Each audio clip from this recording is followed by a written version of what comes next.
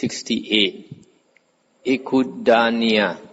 For a sage who is attentive, vigilant, training himself in the paths of sagehood, venerable, calm, always possessed of mindfulness, griefs do not come into existence.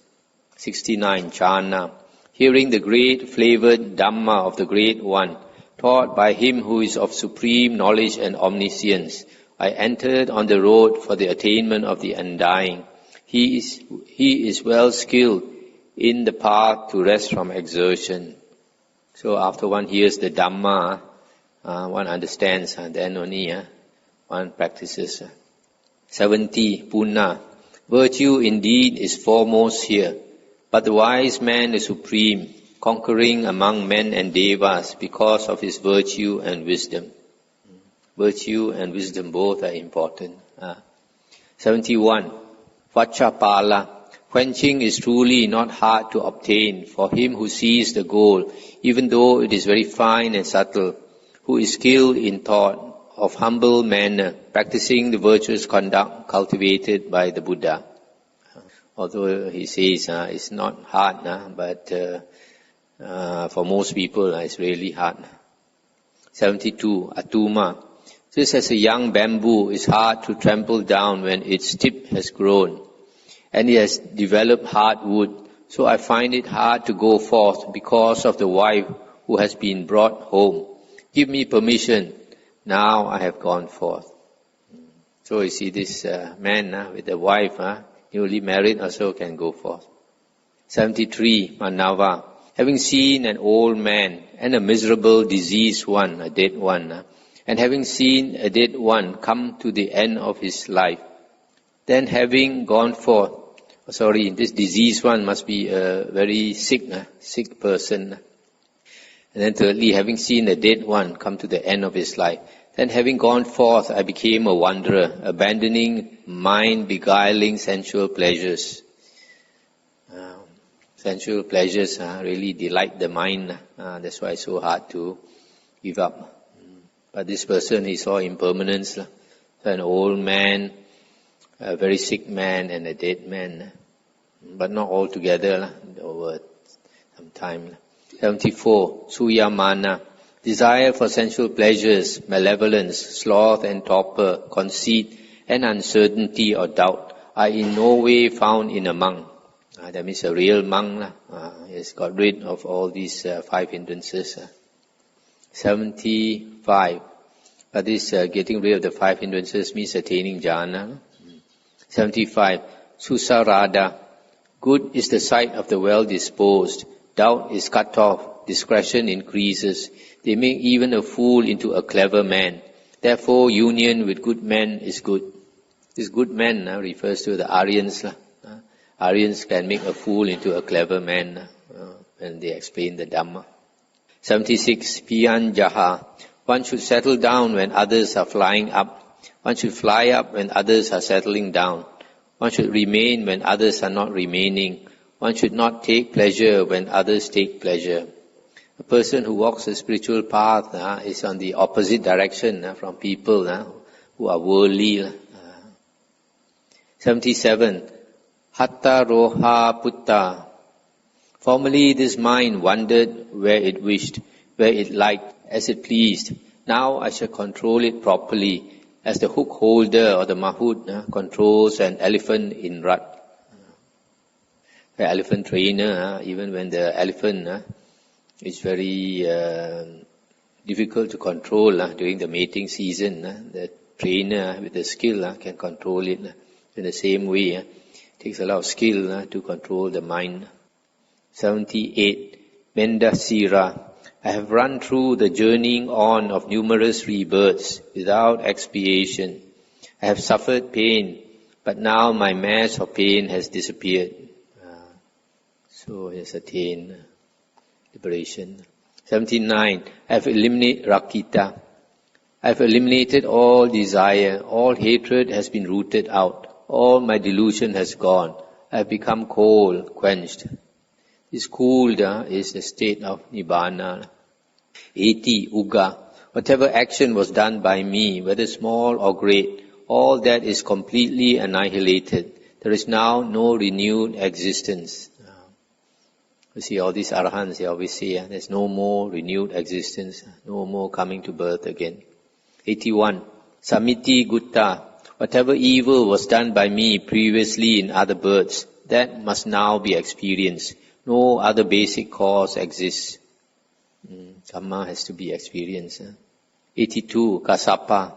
Go there, child, wherever there are good alms, pleasant and without fear. Do not be smitten by grief. This one maybe is talking to a small boy.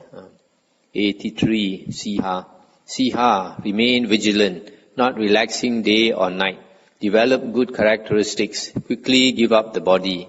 This Siha is a monk who's struggling, so he's reminding himself not to relax, remain vigilant. This is one of the factors of charana, the monk's practice. Jagarya no yoga, devotion to wakefulness, trying to remain awake even at night. 84. Nita. Sleeping all night, delighting in company by day.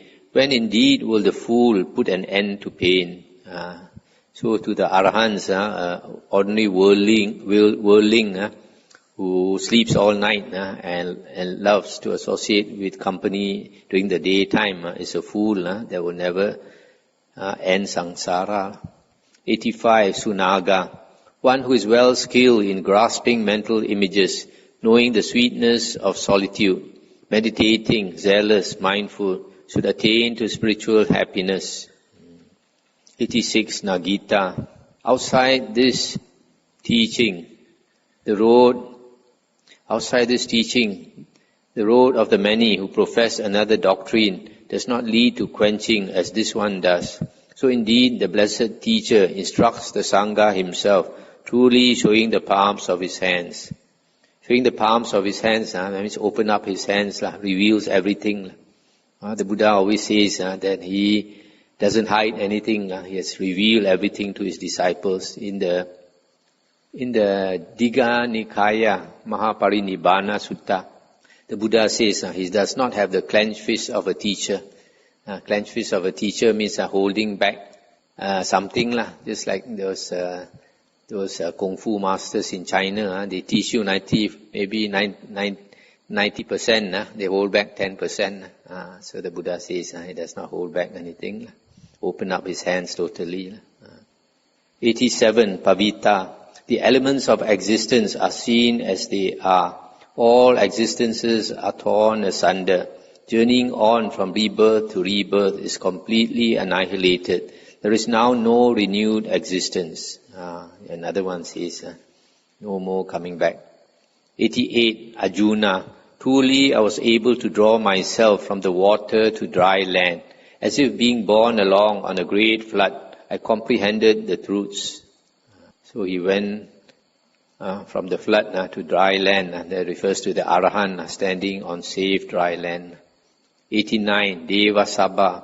The muds and the mayas are crossed. The chasms are avoided. I am released from flood and tide. All conceits are exterminated. This conceit is the ego, the self. It's eliminated, so it's attained liberation. 90. Samidatta. The 5 elements of existence, being known, stand with root cut off. Journeying on from rebirth to rebirth is completely annihilated. There is now no renewed existence.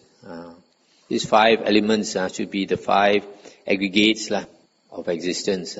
So they stand, but the root is cut off already. They will not grow again. These 5 body, feeling, perception, volition and consciousness, which is basically body and mind. So the body and mind, the root has been cut off already. It will not grow again. 91. Paripunaka. Pure food with 100 flavors is not so well thought of as is that which I enjoy today. The Dhamma taught by Gautama the Buddha, whose vision is unlimited. So a person who appreciates the Dhamma, when he listens to the Dhamma, he's so happy. The flavor of the Dhamma is much better than pure food with 100 flavors.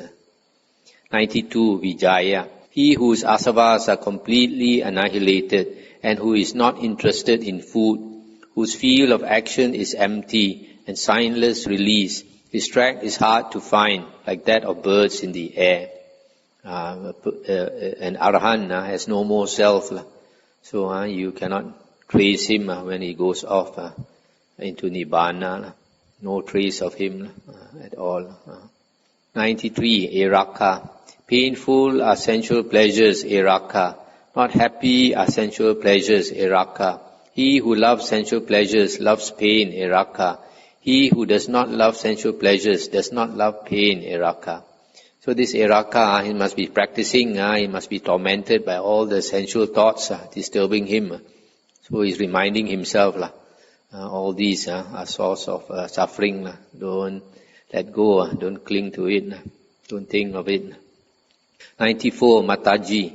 Homage to the blessed, glorious member of the Sakyan clan. He taught well this foremost Dhamma when he had attained to the foremost state. 95. Chakupala. I am blind, with eyes destroyed. I have entered this wilderness road. Even though I am prostrate, I shall go on, but not with an evil companion. So this monk, there's a story, I think in the Dhammapada commentary. This monk, he practiced very hard without sleeping. And when we sleep, we relax, and in the sleeping position, our eyes, the tears can flow and clean our eyes. But if a monk stays up, in the upright position, he does not rest, the tears don't flow to clean the eyes. And in the case of this monk, after a long time, he became blind. But even then, he said he will still push on, but he will not he will not want a companion who is not like him. 96. Kanda Sumana. Having left one flower as an offering, having amused myself in different heavens for 80 crores of years, because of the remainder I am quenched. So he was in the heavens for a very, very long time, but now he's out of samsara. 97. Tisa. Giving up a costly bronze bowl and a valuable golden one, I took an earthenware bowl. This is my second consecration or ordination. So this man must have probably come from a very rich family. This second consecration could be he attained arahanthood. The first one, the first consecration or blessing is when he ordained. The second one probably when he attained enlightenment. 98. Abhaya. The mindfulness of one who thinks upon a pleasant object becomes confused when he sees its form. With impassioned mind he experiences it and stays clinging to it. His asavas which lead to the root of existence increase. So if a person is not mindful, I think of pleasant things, then the asavas, the uncontrolled mental outflows increase, and then he cannot get out of samsara. 99. Uttiya. The mindfulness of one who thinks upon a pleasant object becomes confused when he hears its sound. With impassioned mind he experiences it and stays clinging to it. His asavas which lead to journeying on increase. So this one, the first one was talking about for seeing a form, attached to forms. The second one is attached to sounds. 100. Deva Sabha. Possessed of proper exertion, having the application of mindfulness as his field of action, covered with the flowers of release, he will be quenched without asavas. Need a lot of exertion to attain, a lot of exertion and a lot of mindfulness to attain liberation. 101. Vilatta Kani. Giving up the householder state, having no firm convictions in his mind, like a great hawk fed on grain, using its snout as a plough, gluttonous, inactive, the fool comes to the womb again and again. So he is saying if a person becomes a monk, but has no strong determination and is greedy for good food and lazy and all that, he'll take rebirth again and again. 102. Satucha. deceived by conceit, being defiled by the constituent elements, agitated by their various gains, they do not attain concentration. Person cannot give up the self, the ego, and defiled by the five aggregates. They cannot attain one-pointedness of mind. 103. Bandura. I have no need of this. I am gladdened and delighted by the flavor of the Dhamma, having drunk the best, the topmost flavor, but I shall not make acquaintance with poison. So the flavor of the Dhamma surpasses all other flavors. 104. Khuddaka. Truly my body is light, touched by much joy and happiness. My body floats, as it were, like cotton blown by the wind. There's one sutta where the Venerable Ananda asked the Buddha, is it true, Bhagawa, that this flesh body can fly up to heaven? And the Buddha said, yes. The Buddha said, when a monk meditates, attains deep concentration, the mind becomes very strong and the body becomes very light. Then when he determines that he will fly, he will just lift up, the whole body will lift off the ground, and then he can fly as high as the Brahma heavens. 105. Malita Vamba. If one is dissatisfied, one should not remain. If one is enjoying oneself, one should depart. Truly, a discerning man would not inhabit a dwelling which was not connected with the goal. So if a monk stays in a place and it's not a suitable place, he's dissatisfied. And then, or if the place there's too much things to enjoy, then he should leave the place. 106. Suhemanta. When the goal has 100 marks and bears 100 signs, the person who sees but one part is a fool, but he who sees 100 is clever. So a person, he must be very discerning, very sharp, and see how to practice the way. 107. Dhammasava. After reflection, I went forth from the home to the homeless state. The three knowledges have been obtained. The Buddha's teaching has been done. There are many arahants, we see from the suttas, many arahants who were formerly married, had a family, had children and all that, and then they left, and still they can attain arahanthood. This one is classic, Dhammasava's father, 108. At the age of 120, I went forth to the homeless state. The three knowledges have been obtained. The Buddha's teaching has been done. So this man, even at the age of 120, he renounced and can still attain arahanthood. So those of you here who are married, you still have a chance. 109. Sangha Rakita. Having gone to a secret place, he does not yet take account of the teaching of the one who has compassion for the highest good, for he lives with uncontrolled faculties like a tender deer in the forest. 110. Usaba. The trees on the mountain tops have shot up, well watered by the fresh rain cloud on high. More and more it produces excellence for Usaba, who desires solitude and possesses forest sentiment. This is another of the monks who are very happy had dwelling in the forest. 111. Jenta. Truly it is hard to go forth. Homes are hard to live in. The Dhamma is profound. Wealth is hard to obtain. Sustenance of life is difficult for us with whatever comes our way. It is fitting to think continuously of impermanence. 112. Vachagota. I possess the triple knowledge. I am a great meditator, skilled in the calming of the mind. I have obtained the true goal. The Buddha's teaching has been done. 113. Vana Vacha. With clear water and wide cracks, haunted by monkeys and deer, covered with oozing moss, those rocks delight me. 114. Adimutta. Whence will perfection as an ascetic come for one who is heavy with grossness of body and greedy for bodily happiness while life is fading away? So if an ascetic is too fat, heavy with grossness of body, and greedy for bodily happiness, greedy for bodily pleasures, then he will never come to perfection. 115. Mahanama. You are found wanting by the mountain with its many shrubs and trees, the famous Mount Nesadaka with its covering. 116. Parapariya.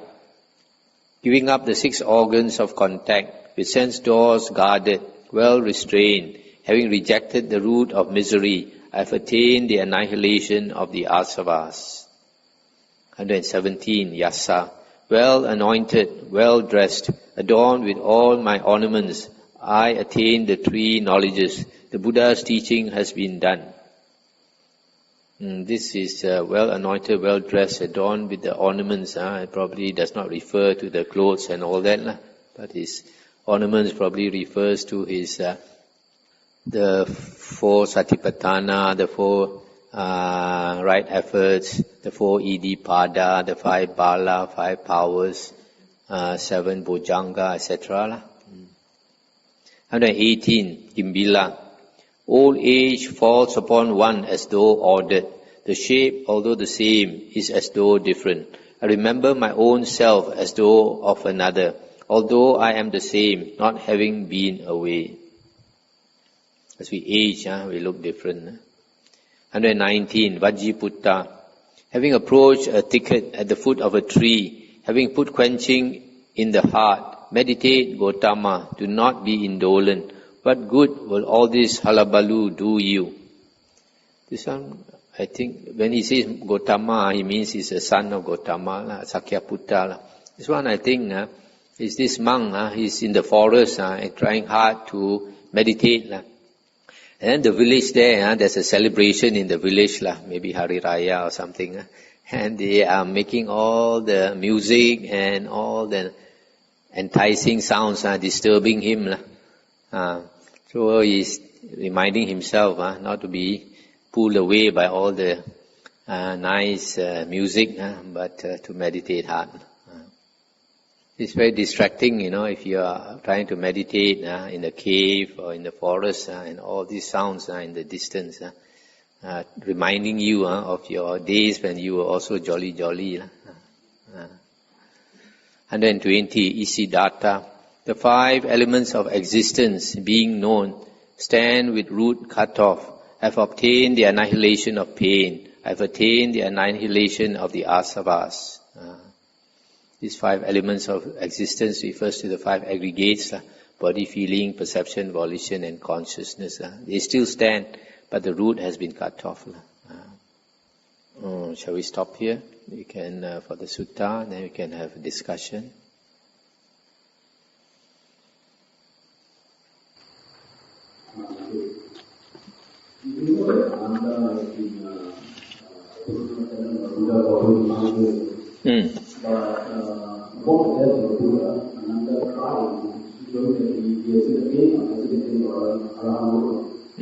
Even in the guidance of the Buddha, another took more than 25 years to attain. But Ananda, because he listened to the Dhamma, he was already a Sotapanna. So you see some monks, because they have a lot of duties to do, so they delay their attainment of arahanthood. In the case of Ananda, it was difficult for him to practice because he was serving the Buddha for so long, always ready to serve the Buddha. So the Buddha appreciated him very much. So when the Buddha was about to pass away, he went one side and wept. And the Buddha called him, and then in front of all the Sangha, the Buddha praised him. But still, because of his good merit, after the Buddha passed away, he practiced, in a short time he became an arahant. So this meritorious, this good deeds, like what Ananda did, is very helpful. Very helpful. If a monk does things like this, serving the preceptor, helping the monastery, do all the monastery work and all that, then later when he practices, the memory of all what he has done will give him a lot of happiness. And the Buddha says the condition for attaining of concentration is a happy mind. Mind got to be happy. But if a person is very selfish, only wants to strive for enlightenment and refuse to do this and refuse to do that, it doesn't have that happiness inside. It's difficult.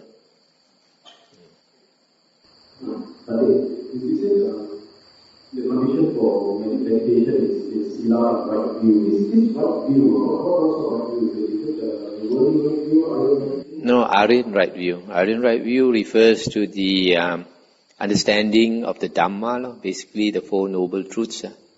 When you understand the Dhamma, the Buddha says, when you attain right view, Aryan right view, you are already an Arya. First path attained.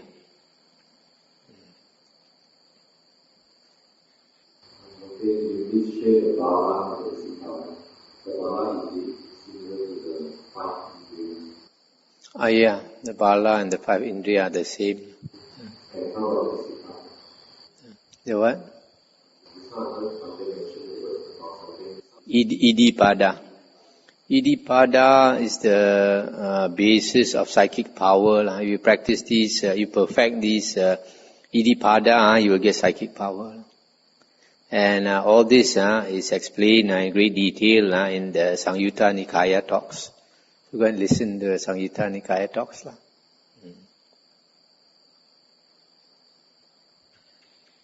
question to confirm Ananda's attainment of enlightenment. Is he achieved that through by reason or by in the sutras, the Buddha says basically that to attain Anagamin, third fruition, and Arahanthood, fourth fruition, you must have at least the 4 jhanas. Then after you have the 4 jhanas, then you contemplate on the Dhamma, then only you can attain enlightenment. Because in the sutras, the Buddha says there are 5 occasions when a person becomes an Arahant. One is when he listens to the Dhamma. Second, when he is teaching the Dhamma. Third, when he is repeating the Dhamma, because during the Buddha's time there were no books, so they had to repeat. When they repeat, they understand. It's just like us reading the sutras. So, when they repeat the Dhamma many times, then they understand more. Then one day it clicks and they become enlightened. The fourth one is when they reflect on the Dhamma that they have heard. They think about it. Contemplate it, and then they understand more, and they become enlightened. And then the fifth one is during meditation. So you see, out of these 5 occasions, a person becomes an Arahant. 4 of them have to do with the Dhamma.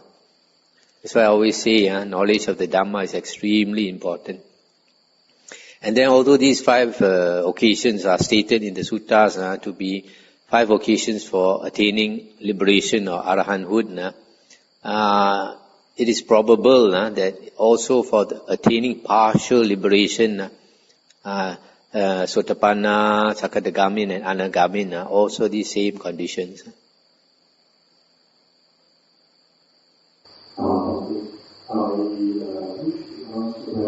Those verses from Theravada, the verses spoke by the Arahant monks and nuns, but on just taking Arahanthood, so as to fall in line with the idea of having attain Arahanthood, or these are the verses spoken by Arahants after they inform the Buddha that they attain Arahanthood. These verses are spoken by the Arahant monks and nuns at various times, before enlightenment, during enlightenment, and after enlightenment. So you see, like some of them, they are reminding themselves to practice hard.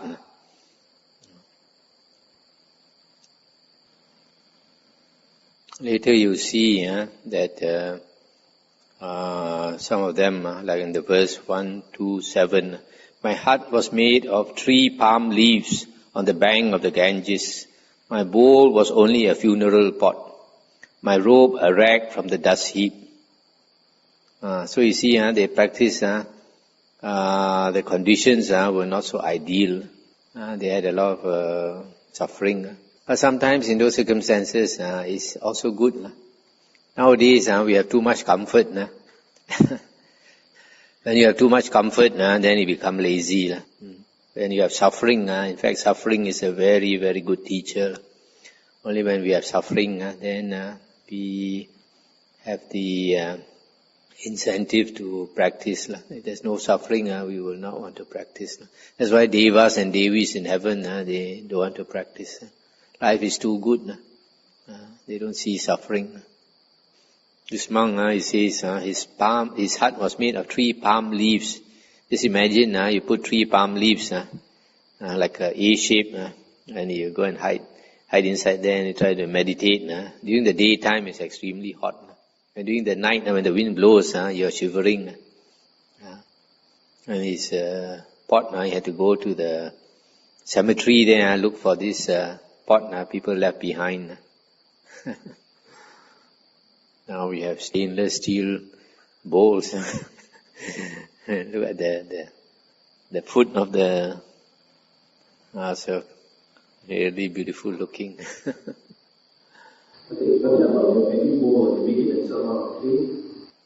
Yeah, there were 2 types of bowl during the Buddha's time: clay bowls and iron bowls. The iron bowls can rust one, not like our stainless steel.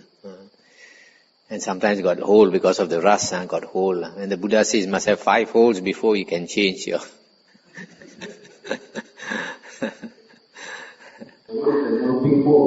Then can change.